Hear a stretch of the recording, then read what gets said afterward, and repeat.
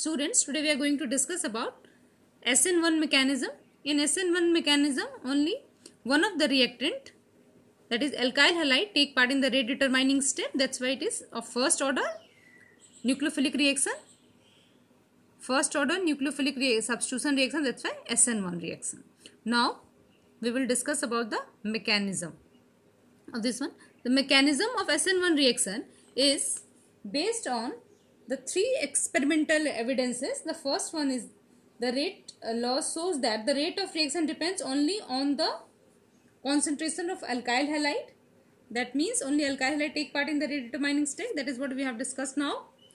Then the second evidence is that when methyl group of the tertiary butyl bromide, this is tertiary butyl bromide, if the methyl groups are successively replaced by hydrogen atoms, if we replace these methyl group with the hydrogen atom, that means tertiary butyl will be collapsed to methane, CH and H.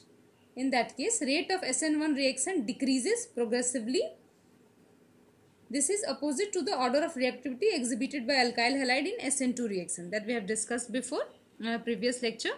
कि अगर यहाँ पे methane लिया है हमने और successfully अगर आप उसके अल्काइल से सब्स्टिट्यूट करते हैं तो SN2 रिएक्शन डिक्रीज कर जाता है और tertiary butyl is the best for SN1 mechanism. And if we substitute these alkyl with the H, यानी कि आप यहाँ स्टेरिक क्राउडिंग अगर कम कर देते हैं तो rate of SN1 reaction slow हो जाता है. यानी कि जितनी स्टेरिक क्राउडिंग है यहाँ पे, जितने अल्काइल ग्रुप्स हैं, तो ये इलेक्ट्रॉनिकली और स्टेरिकली फेवर करता है SN1 मैकेनिज्म को. And the third evidence is the reaction of alkyl halide in which halogen is bonded to the chiral center forms two stereoisomers, one with the same relative configuration as the actual alkyl halide and other with the inverted configuration.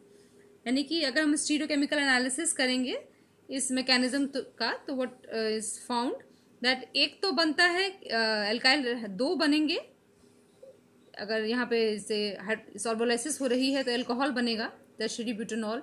अगर यहाँ पे carbon जो हो different substances अगर लगे हों जो leaving group से अटैच है तो दो स्टीरियोआइसोमर्स बनेंगे. एक का कन्फिग्रेशन वैसा ही होगा जैसा ओरिजिनल का था और एक का कन्फिग्रेशन इन्वर्टेड होगा compare to the initial alkyl halide. ये तीन एविडेंसेस हैं जिसके बेसिस पे ये मैकेनिज्म डिराइव किया होगा. तो ये मैकेनिज्म जो है तीन ही एविडेंस को सेटिस्फाई करना चाहिए.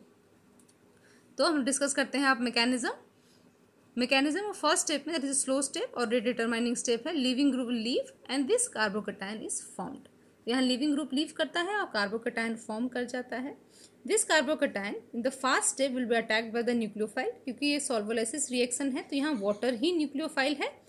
This product will form after deprotonation. ये फाइनल टर्शियरी ब्यूटेनॉल फॉर्म कर जाता है. So this is the final product and this is the mechanism. First step will be the slow step where the leaving group will leave, and in the second step nucleophile will attack and the product is formed. Now this is the reaction coordinate diagram for SN1 mechanism. This is alkyl halide where leaving group will leave, which will form after the carbocation will form. Here in case of SN1 mechanism, intermediate carbocation is formed. While in earlier SN2 it was the transition state. यहाँ पे आप देखेंगे intermediate form करता है, जिस intermediate पे फिर nucleophile का अटैक होता है और फाइनल हमें प्रोडक्ट मिलता है.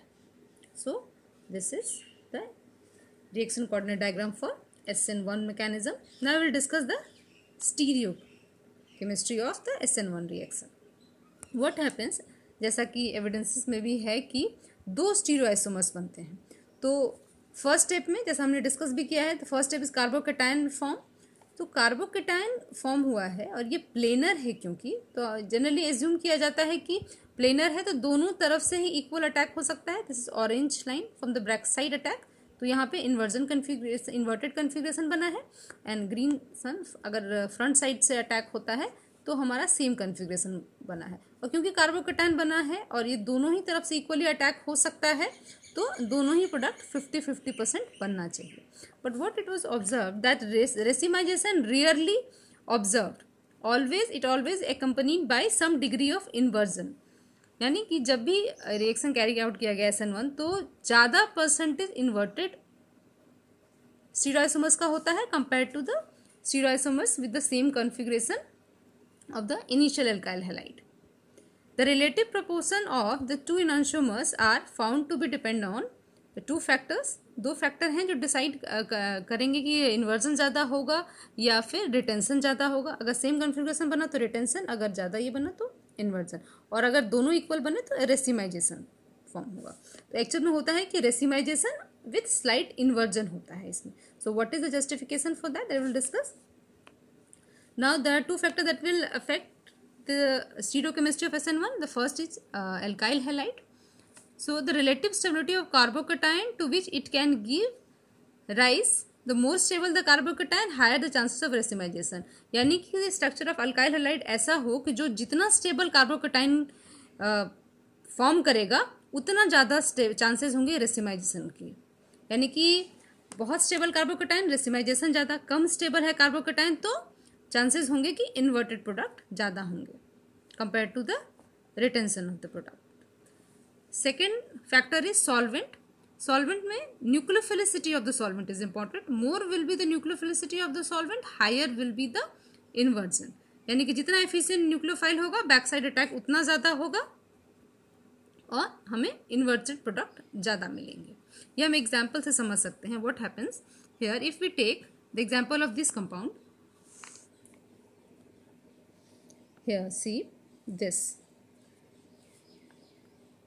this carbon CH, इसके साथ अटैच है Cl, Me है यहाँ बेंजीन रिंग है, CH के साथ Cl अटैच है.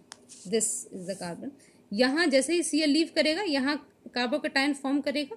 ये कार्बोकेटाइन रेजोनेंस स्टेबलाइज है, डीलोकलाइज होगा इस benzene ring, C6H5 attach benzene ring attach है, तो ये बहुत स्टेबल कार्बोकेटाइन बनाएगा. इसी वजह से यहाँ स्टेबल कार्बोकेटाइन बनता है compare to this one C6H13 alkyl, यहाँ फिनाइल. दो डिफरेंस में, तो कंपेयर टू अल्काइल फिनाइल यहाँ जो कार्बोकेटाइन है C6H5CH बेंजाइल कार्बोकेटाइन ज़्यादा स्टेबल है. इस वजह से यहाँ पे 98% रेसिमाइजेशन होगा. And while in this case where the carbocation is less stable compare to this one, so here only 34% racemization होता है. So more stable the carbocation, higher will be the percentage of racemization. In the second, when we carry out the same reaction with the same reactant in a different solvent, when we take 80% acetone and 20% water, we get 98% racemization. And when we carry out the same reaction with the pure water, 100% water, in that case only 80%, because water 100% water is better nucleophile, it is more nucleophilic compared to this one. So more nucleophilic the solvent, less will be the racemization and higher will be the stability of carbocation, higher will be the racemization. So depending upon the factors, the racemization and the inversion varies. In case of SN1 reaction, mostly there are second justification of the same, that why there is an inversion, not complete racemization. The thing actually what happens when we start the reaction, that means when we start the reaction and this leaving group leave, so as soon as this leaving, first step the leaving group leave and the carbocation is formed. So what happens, as soon as this carbocation is formed after departure of the leaving group, this leaving group is always stay besides the carbocation only, and these two exist as an intimate ion pair. Then after some time solvent come in between and these two gets become solvent separated ion pair, and finally they gets individually solvated by the solvent and now they form dissociated ions. So ये 4 step में के बाद after 4th steps ये complete separation होता है carbocation का leaving group से. पहले जैसे ही उसने लीव किया तो इंटीमेट आयन पेयर के रूप में एग्जिस्ट करते हैं जहाँ पे दोनों बिल्कुल पास पास में ही रहते हैं. उसके बाद थोड़ी देर बाद सॉल्वेंट आता है इनके बीच में और फाइनली उसके बाद इन दोनों को कम्प्लीटली सेपरेट करता है. तो what happens if the nucleophile attack only dissociated carbocation, the product will be completely racemization, while the nucleophilic attack carbocation on either of the two stages, the leaving group will be in position to partially block, this leaving group will be partially block the approach of nucleophile from this side, so the more product with the inversion is formed. What happens इन दोनों stage में, यहाँ पे देखिए leaving group जो है वो इसके साथ ही है, तो फ्रंट साइड ऑलमोस्ट ब्लॉक है।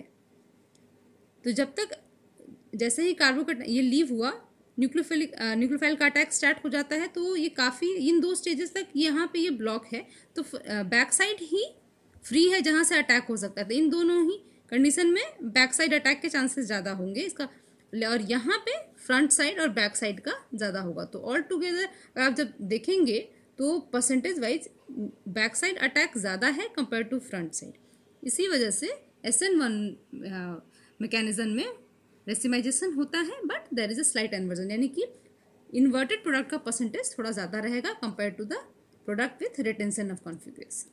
So this is all about the stereochemistry of SN1 reaction. Now we will discuss what is the effect of alkyl halide. So what it was found? Tertiary alkyl halide has got the highest rate, then secondary, then primary, and the methyl has got the least one. The higher stability of carbocation is due to inductive effect, more inductive effect, because this leads to tertiary carbocation that is stabilized by 3 methyl group plus I effect of the 3 methyl group and the hyperconjugation. Same with this one, secondary carbocation is stabilized by these two alkyl groups, and which stability is not there in these cases. That's why these form more stable carbocation. So these favors SN1 reaction and rate is higher in this case. Moreover, the relief of crowding, steric crowding in going from sp3 hybridized carbon to sp2. So this also favors the SN1 reaction. What happens? इनके ऊपर जितनी भी steric crowding है, ये जब कार्बोकटाइन जैसे ही form करते हैं तो प्लेनर स्ट्रक्चर हो जाता है, तो इनका स्टेरिक क्राउडिंग भी रिलीव हो जाता है। इस वजह से जितना ज़्यादा सब्स्टिट्यूटेड होगा, जितना बल्कियर ग्रुप अटैच होगा, उतने चांसेस ज़्यादा होते हैं SN1 रिएक्शन के। The next factor affect SN1 reaction is solvent. More polar will be the solvent, that is its ion solvating ability. Higher will be the reaction rate of SN1 mechanism. Because यहाँ पे हम जानते हैं कि इसके mechanism में हम लोग डिस्कस कर चुके हैं कि यहाँ पे कार्बोकटाइन जनरेट होता है, तो क्योंकि इस आयन को पोलर सॉल्वेट करके स्टेबलाइज कर सकते हैं, जितना स्टेबलाइज करेंगे इंटरमीडिएट को उतना फास्ट रिएक्शन होगा। इस वजह से सॉल्वेंट की पोलैरिटी जितना होगा ज़्यादा, उतना ज़्यादा रेट फास्टर होगा in case of SN1 reaction. Because of that the solvolysis of Me3CBr is 3 into the 10⁴ times faster in 50% aqueous ethanol than in ethanol anode. This is more polar compared to ethanol. तो इसीलिए इसका tertiary halide जो है, इनका सॉल्वोलाइसिस faster होगा ज़्यादा polar solvent में compare to the less polar one. Then next one the leaving group. जितना ज़्यादा लिविंग ग्रुप वीकर बेस होगा, उतना ही उसकी लिविंग कैपेसिटी ज़्यादा होती है। हम लोग SN2 मैकेनिज्म में भी ये डिस्कस कर चुके हैं, और ये ट्रेंड SN1 एंड SN2 में दोनों में ही सेम ही रहता है। आयोडाइड आयन लीस्ट बेसिक है, सो बेस्ट लिविंग ग्रुप है, so relative reactivity as a leaving group, reactivity of iodide will be highest, then Br, then Cl and then fluoride. So alkyl iodide will be the most reactive and fluoride will be the least reactive one. Then the nucleophile, as we all know, the nucleophile don't participate in the rate determining step, so nucleophile has no effect on SN1 mechanism. And second important thing is generally nucleophile is here in SN1 mechanism sometimes called as solvolysis reaction, because here generally solvent is the nucleophile, so this is also called solvolysis reaction. SN1 mechanism or SN1 reactions are also called as solvolysis reaction. So this is all about it's all about the mechanism of SN1 reaction. I hope you have understood it. अगर फिर भी आपको कोई भी problem हो तो you can ask me in the comment section. Thank you.